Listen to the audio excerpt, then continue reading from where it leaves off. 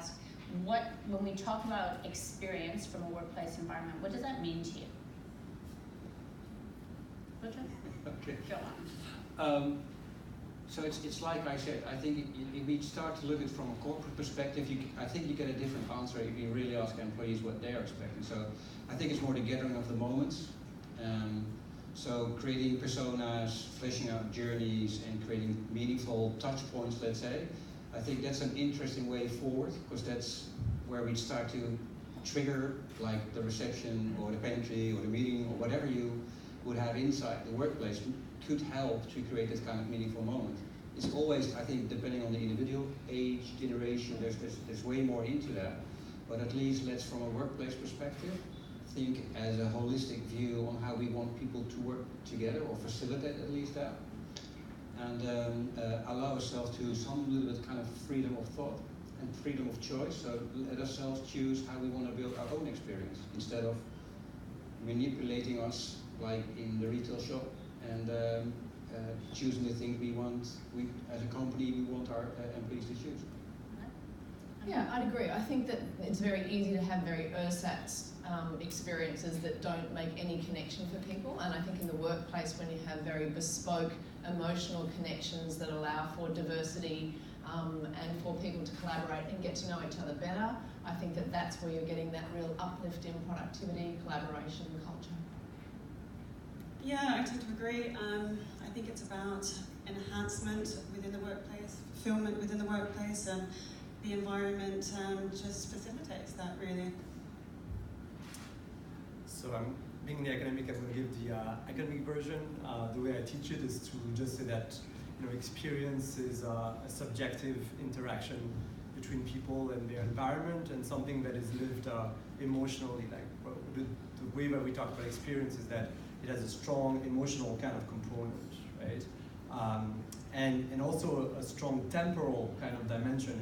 So I was inspired by some of the things you said around moments, because we've been talking a lot about place and space and how that creates experience, but another dimension is obviously moments, right, in the workplace. And one of my favorite papers in management is called Banana Time, and I love that paper because it's a paper about a factory and how they break the monotony of the workday through different types of moments, including just the simple fact of sharing a banana, basically.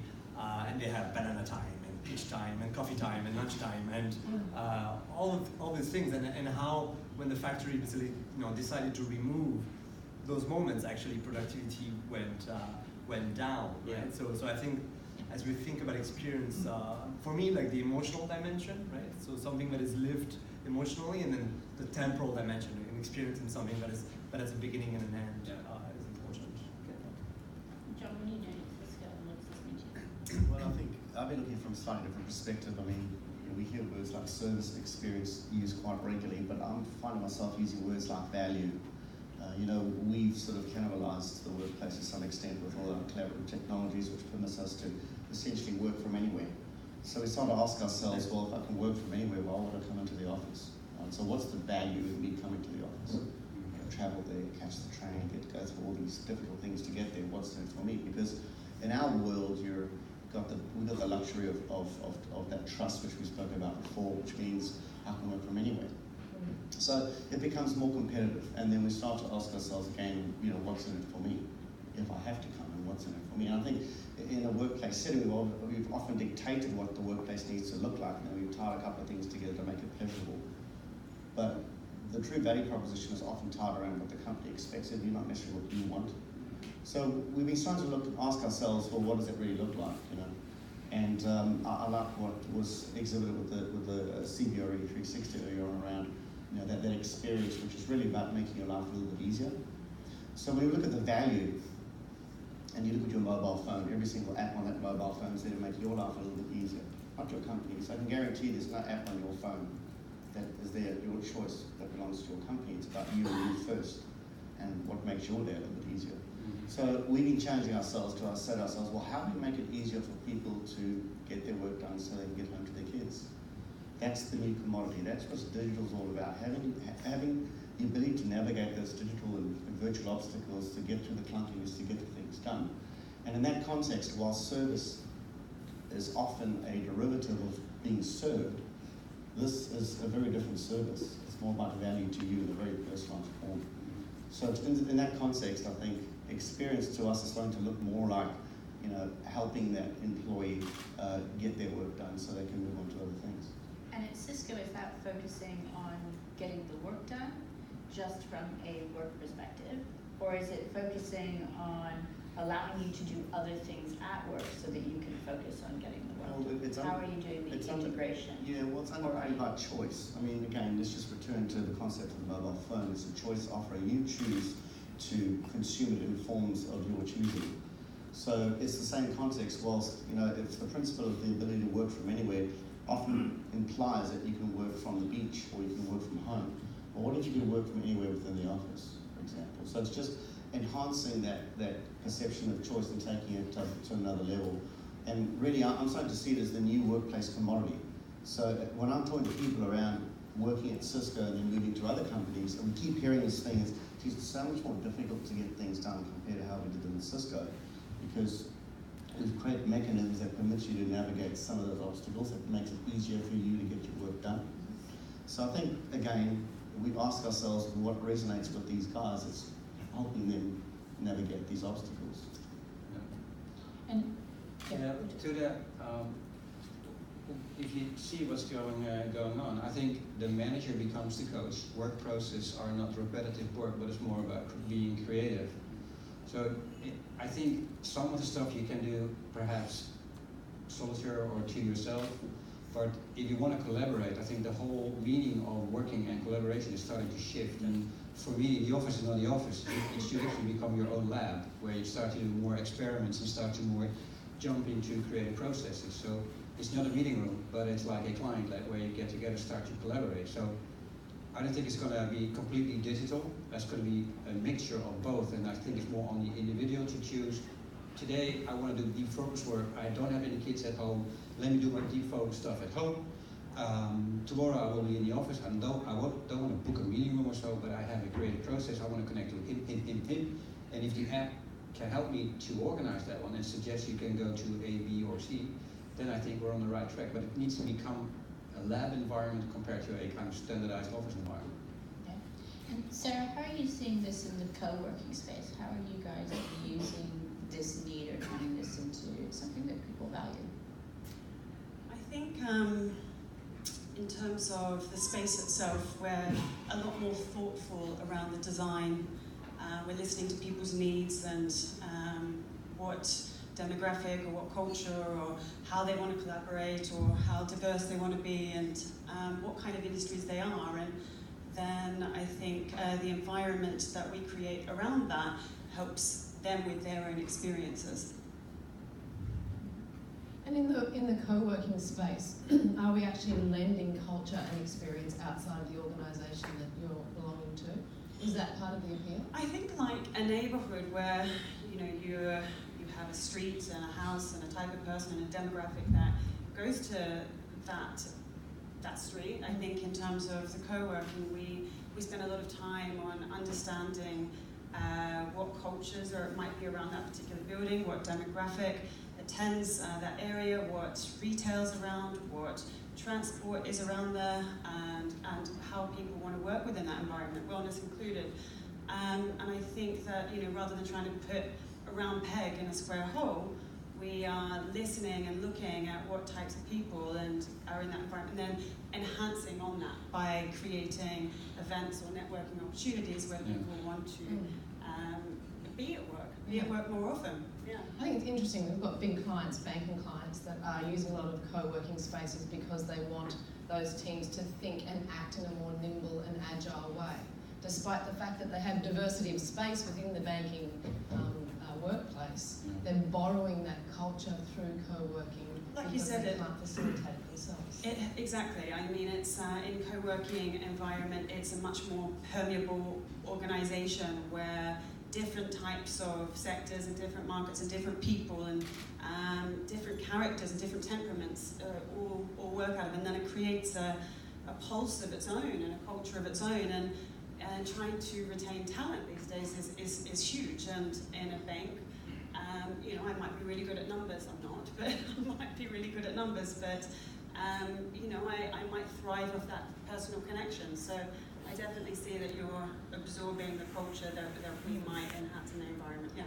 So are you saying that as far as the environment that you create, the services that you offer, it's not just about what your branding is, but that you're diversifying that or making it specific and different right down to individual geographical locations, like on a micro level? I think it's important to know your brand.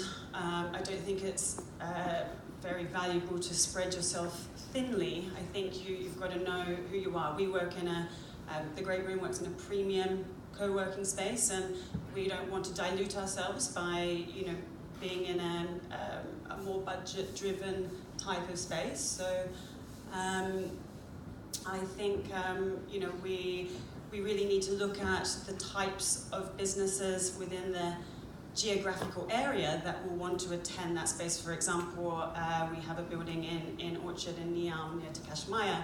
We can't expect a financial institution to want to come and work out of that space. You know, they need to be around the CBD and seeing their clients on a day-to-day basis. So if we put on a Bitcoin event, then I mean, it's not going to be very well absorbed by the culture that's there. So I think it's really, again, about listening to the people's needs and servicing those needs.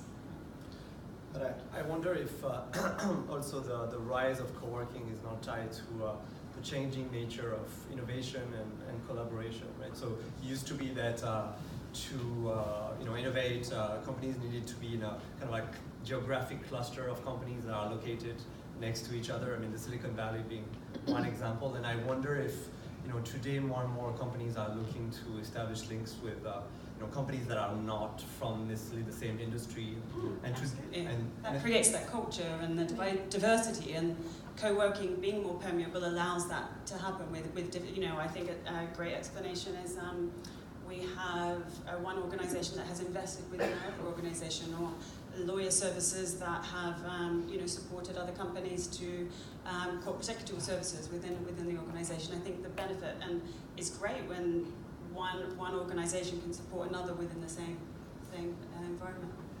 So I'm curious as to the timing. I think, you know, at the moment, and a few of you have said this as you talked earlier on, that, you know, this is kind of what everybody's talking about right now. And Brennan talked about how much work is going on out there, the different technologies that are available. It's kind of the topic of conversation within workplace right now. Why now? Why now is everyone talking about experience? I think it's something that we've had for a long time and we haven't identified. And if you look at the chocolate cities, Cadbury built Bourneville in England and built an experience for a worker to live, work and play close to the factory. If you look at the cigar factories in Cuba, it was Monte Cristo that read the Count of Monte Cristo in that factory, and that attracted the workers to make the best cigars in Cuba. We're talking a lot about smoking. I don't want to hit you though. Great. But I do think that experience has been there for a long time. I think that, like it was with the Industrial Revolution when the Bournevilles and the Cuban cigar factories came out, we're at a stage where there's a big transformation and people are looking to connect, and experience allows them to connect. So, I don't know, my take on it is, so it's kind of, when I was asked to talk about experience and work experience, well, for me it was kind of ironic, because the whole movement in marketing around talking about consumer experience, you know, started in the early 80s, when we started to realize basically that people were increasingly, you know, going outside of the work environment to look for experiences that, in a sense, you know, give them fulfillment, joy, passion, friendship, and identity, right? I mean, increasingly people were dissatisfied with motivated, with work as a, you know, resource for identity building, and so they went outside into, you know, obstacle racing and all these different things to kind of like build identity. So that really started, that whole thing of people in business talking about experience started around that time, right? And since then, you know, it's been kind of like every time you go to a business conference, you know, people talk about consumer experience. Yeah. So to have it now go back to work because it originally started with people being dissatisfied with work and looking for experiences outside.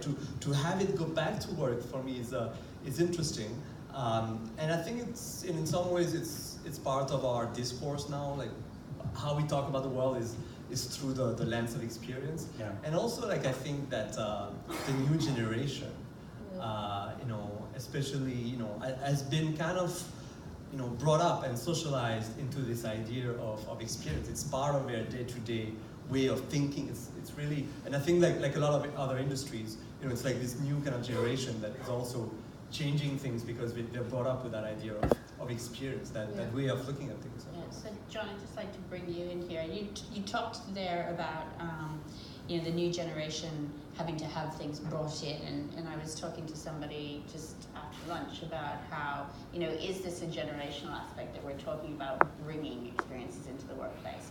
And I think, Julian, you talked earlier in your talk there about, building on what already exists and tribes and that sort of emanating and percolating up. At Cisco, are you feeling like you need to create the experiences, or you just need to create environments that allow experiences to naturally happen? Or is this a generational thing where now, the next generation just expects all of this to be given to them rather than them sort it out themselves? Well, here's the irony, right? So people are bringing their personal experiences into the office, but the offices suck. There you go. Okay, so I mean, I can find anybody in the other side of the planet if I want to, any of my mates. I can do all sorts of things. I can't do any of those in the office. You look at most offices, they offer you 3 technology competencies largely. The ability to access the internet, the ability to download your email, and some form of portal access database. Just imagine for this moment that all of you had that limitation on your mobile phone right now, how lost you would be. So there's a major imbalance between what we do inside versus what we're doing outside, and I think the response is people are bringing those expectations into the workplace, and in the office is having to adjust to that. It's not the other way around. And I think that's where I went to before, whereby the environments were fixed environments of a destination. We had a monopoly on our staff. You will come into the office, if you think of the Industrial Revolution, the factory was based around efficiency. The reason why Cadbury's had that village there is to get their staff in and out quicker, pay them less, right, to compensate. It's just not light, it's all about money making.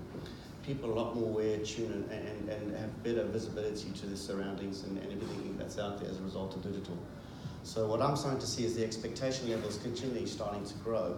And if you think of it, just think of it for a second, right? That mobile phone that you had, that was a Nokia phone 15, 20 years ago, whenever it was, that thing was great. It did everything that you needed to do. You didn't need anything else, right? We didn't need text, apparently.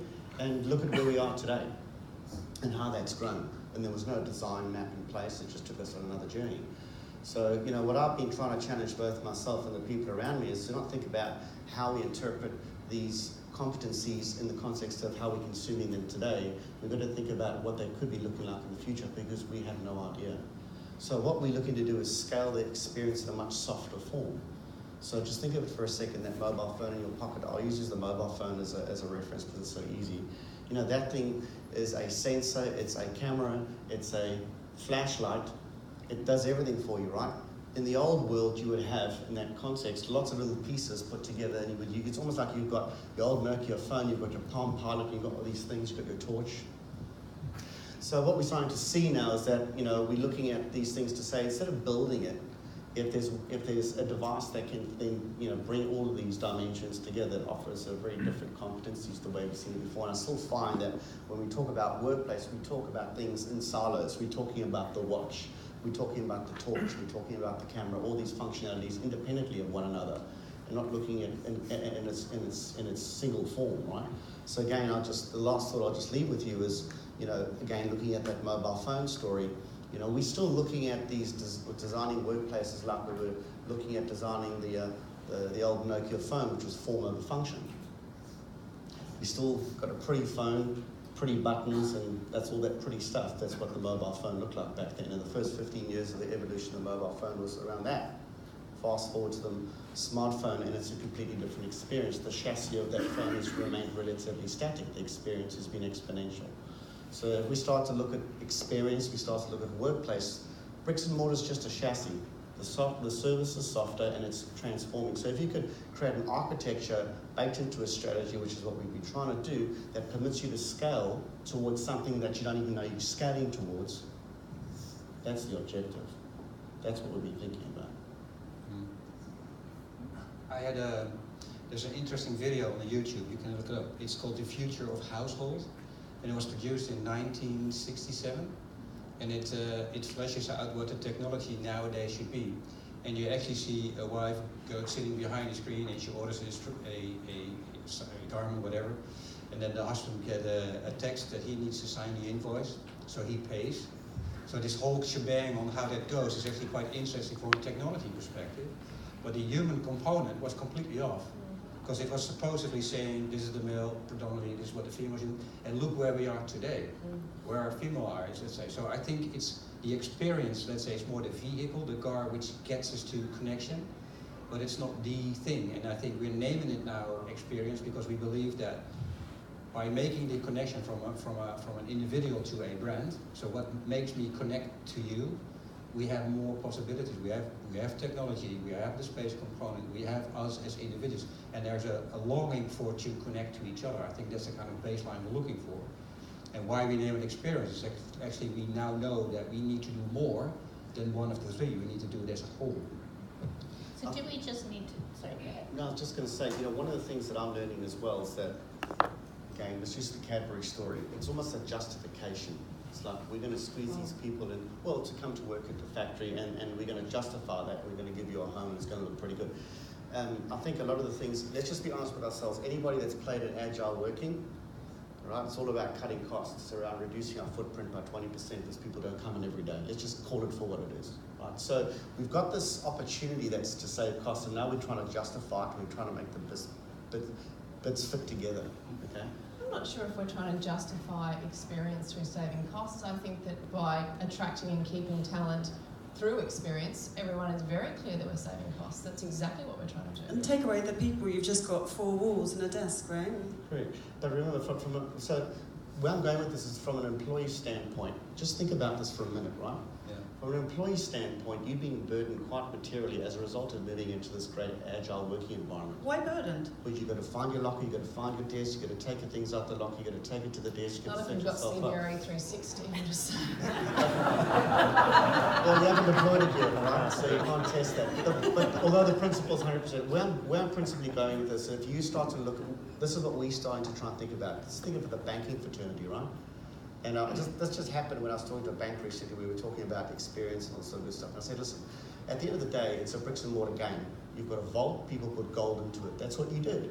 You then put somebody at the front desk, a teller, they were there to connect with your customer to get your gold out. You then introduced mainframe computers just to have ledgers, right? You then went to the ATM, and then you started to move towards internet banking. Internet banking was just giving you permission to access the database. Then you started to move to mobile banking with intuitive and all sorts of things. Now moving into blockchain. As a consequence of these things, the bank has a better relationship with their customer than they've ever had, to a point that they no longer leave branches. Now that's a byproduct of something that just was coincidental. It wasn't designed that way. So where I'm going with that is that we still want to reduce the footprint, but we're trying to make sure that the experience takes a similar trajectory where the dependency on the environment becomes less, not the reason to get rid of and how we make the rest of it work, because that's principally how we've started to approach it. So I just want to bring us back a bit to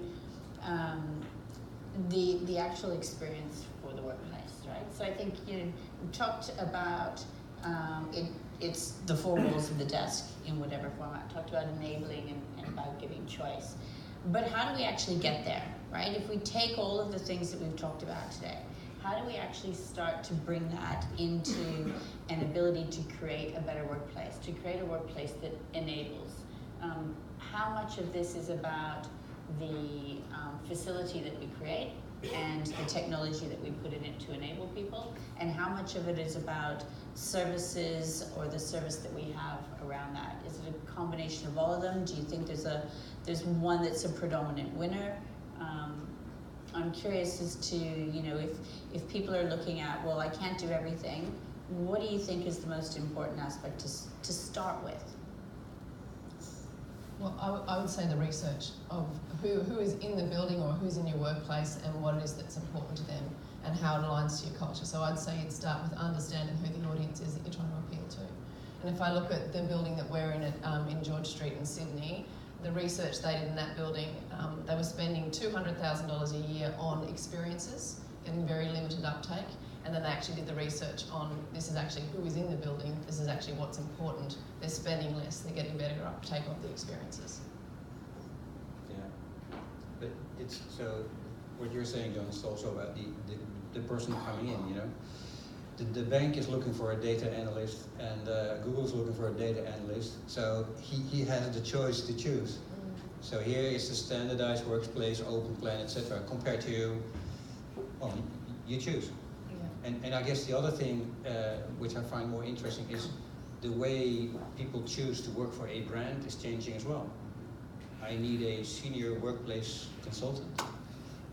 So it's not about our brand and who we are, it's more about what's your social impact as a company. And do I really want to work for you? Do I have a meaningful impact? Or does it mean that in the first couple of days I need to get a cup of coffee for my manager? How does that work? You know, so I think it's the other way around. Yeah, I tend to agree. I think that I think that it's about creating an environment, like you mentioned, that people want to come to because it's going to optimize their performance and it's going to provide therefore more productivity, and sure, we can then monetize on that.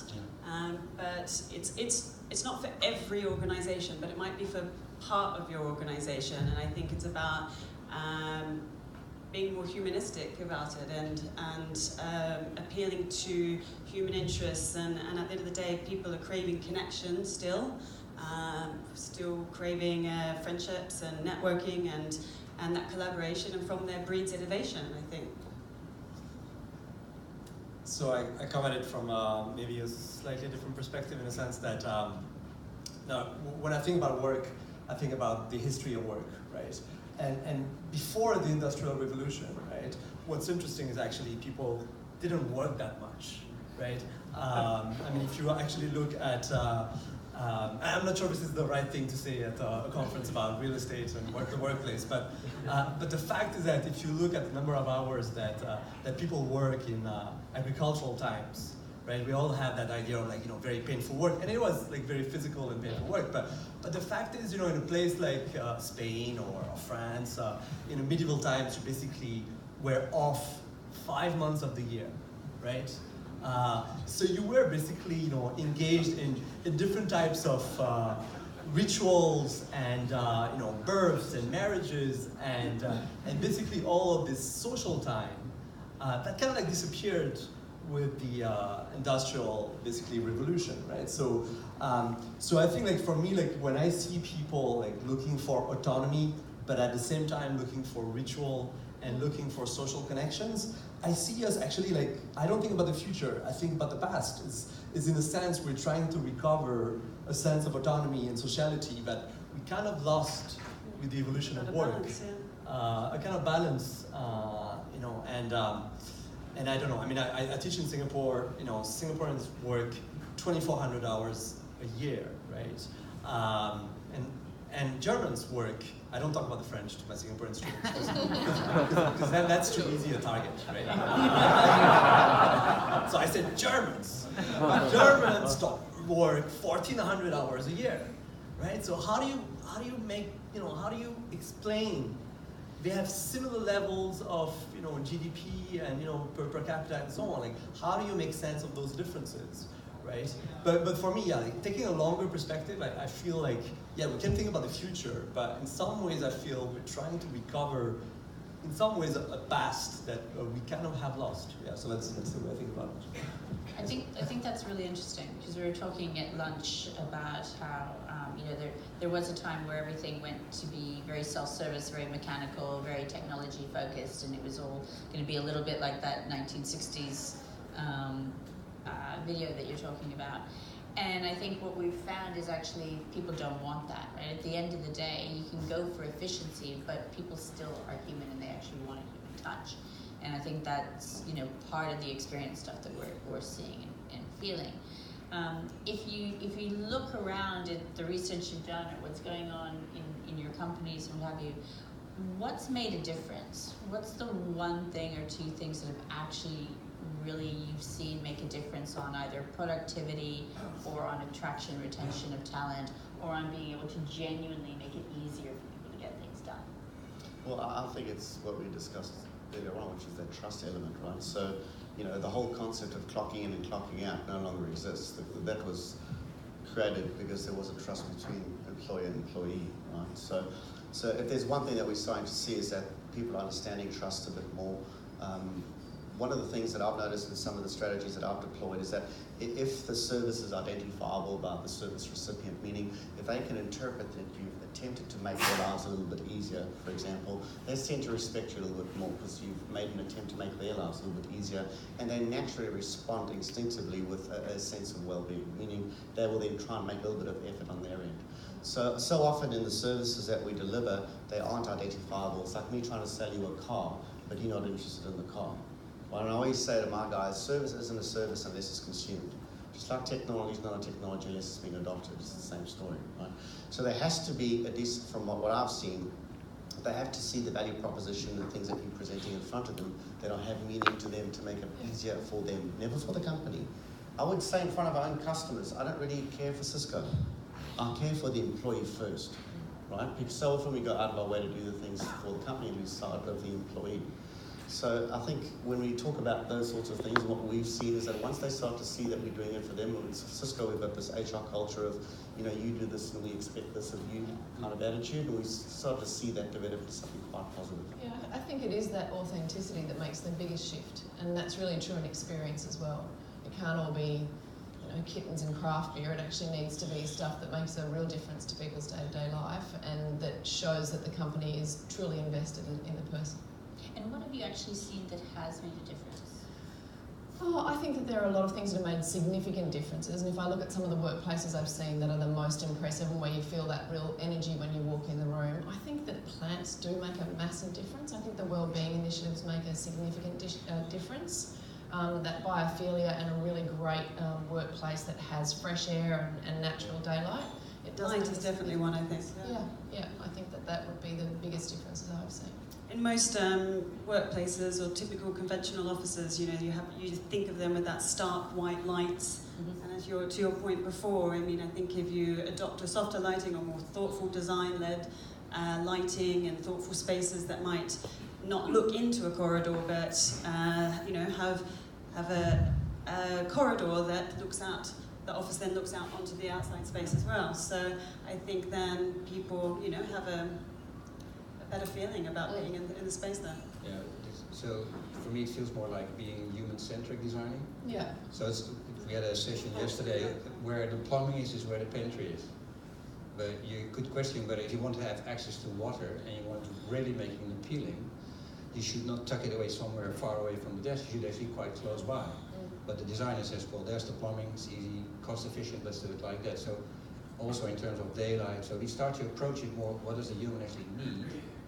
I don't want to get into the kind of healthy stuff again, but if you think about what does the body and the mind actually need to perform, and then start to look on the designing, I think you come to different design solutions than you do nowadays. If you're building a space to a budget, do you think that comes into it then? If you're, you know, you can't make that plumbing go further, or you can't put in that nice lighting to make people want to work, you know, it's going to come down to a budget as well. But I think it's always going to be budget, but the question is, how much are you willing to invest and where? Instead of a generic approach, this is how we do it. In Europe, we still use the Neuwerk standard in 1965, and that determines how high the sink is, for instance. And so it's all coded and there are all regulations, but nobody questions whether those codes are fit for purpose nowadays. Sorry. Can I just say that I hope that you come give the same speech in my university, because even though we do all this research, I think universities are some of the worst designs in terms of a lot of this stuff, right? So I think we're very much like the army and the church in being like the most conservative. Like we're still stuck in the 1970s of like thinking about space, and so I was just saying, I would love you guys to come to the university and you know, and talk to the university, because even though we know all these things, the culture of the organization being what it is, that's shifting in Australia significantly. So some of the best designs we're seeing around wellbeing and placemaking are in the university spheres. And they're very competitive with each other. They win all the architecture and design awards every year. And I think it's shifting because it's been so bad for so long. So it might shift. I mean, I was a faculty member at University of New South Wales for 10 years, and it does look like a hospital. So one question I think is, we've talked a lot about what we could do or what we should do. What if we do nothing, right? What's actually the risk of just doing nothing? And just letting this pass, like lots of other things pass and go in a circle, or to the points that I think you made, that people will just, it will bubble up and communities will do what communities want to do. And if you have a lot of people in an office, they'll make things happen the way they want them to happen. So as the people who are looking at running the real estate and the facilities and the environment and building it, what if we, from an experience point of view, just let it pass? What's the risk of doing nothing right now? Kirsten, what do you want to let pass then? Safety? It's redundancy. You're facing redundancy, 100%. If you're not improving the experience in the workplace, your people will go somewhere where it's better. Do we have to do it, or will it just bubble up? We have to facilitate it. We have to create the environment that permits them to do these things. I mean, one of the things, I keep going back to this, but I was sitting in Canberra the other day doing government, and for the first time you've got federal government working from home and working from anywhere. Right? We look at this and think, gee whiz, but they're coming out of a different age, and so now you're seeing government do that, and you sort of realise that we're seeing more of that happen, and that's because employees are kind of expecting it. So again, the more this starts to happen, we go back to the basics of, well, if someone's going to put all this effort into come into the office, there has to be something in it for them. There you go. If it's not in for them, they're just going to go somewhere else. So even when we talk about, well, we could put a little hub here, we could take a WeWork here and another WeWork over there, that gives our staff choice. Then I always ask the question, but why? If I did, why would I want to do that? Why would I just go and work at home? Why would I want to go there? What's in it for me? Because that competency is getting better and better and cheaper. So in that context, the role of the workplace is morphing to something quite different. So as we plan for the future, I suppose, we have to remain competitive in everything that we do in that workplace. Everything, from the way the table's designed to the way the screen's put on the wall, everything has to be done with the science behind it to make it more attractive. Like I even say to my guys, you're building a coffee shop now in the cafeteria. We're now in the coffee shop big business. You're going to have to compete with Starbucks downstairs. How are you going to get that? It's no longer just a place, a pantry as they call it here in Singapore, to eat your lunch. People go to a coffee shop, they take money out of their pocket and pay for a coffee to work there. That person comes back to our office, it complains about an uncomfortable chair. Everyone can see my screen and all this background noise. We have this completely different mindset outside versus in. So in that context, really what it comes down to is we have to remain competitive. Because if we don't, they're just going to go somewhere else. And the fundamentals of real estate are what I call DNA. It doesn't even come in. Like, you don't see hotels advertising clean rooms. You kind of expect it. You expect the right building in the right location with the right amenity. We don't even discuss that. But when you start to differentiate, this is when it starts to play a different role. I think the hotel kind of sector is also an interesting kind of sector to look at. I've done some projects with certain hotels, including this brand of hotels, Sofitel, and they're also like in this period right now where they're trying to figure out what to do with their space, right? And what's the function of a hotel, and how do people want to basically travel for business or travel for leisure and so on. And you see a lot of new models kind of like emerging out of that, all new kinds of hotels. So that's another industry that's also thinking very hard about like the use of the space and how do we use the lobby differently, how do we use technology differently. So that's another industry. The one thing I'll just leave you to think about, which I always talk about, is the Uber experience, right? So talk about Uber like it's this greatest thing since sliced bread, and then we talk about workplace. And I always say to the designers as they're carrying on about putting couches in silly places, I say to them, you know, you got to think different, right? Because, you know, if you just think about the Uber experience going from one side of the city to another side of the city, you know, in our old way of thinking, we're associating that service with the vehicle and the driver. I said to the guy, that's called a taxi cab. The service is completely different. That's how we're going to be thinking. Well, thank you very much. I think, you know, for me, it's great to hear a discussion, including some challenging discussions on different points of view. I think some of the key points that I've taken away are around, you know, that whole aspect of experience is not just about what we're offering, it's about offering something that gives choice, but actually makes it easier for people to work, right? That makes people want to come. Right? It's all going to be about what they want to come. That a primary focus as far as what really has payback, if we've got limited choices on what we want to do, is really around the health and the well-being aspect. And I think about, you know, Sarah, what you're saying about really getting down to that micro level of what works in an individual space. So it's not just about the company culture or the geographical culture, but right down to, as you say, like, on Orchard Road and what's appropriate in that space. So thank you very much. If you'd like to, please thank our panelists.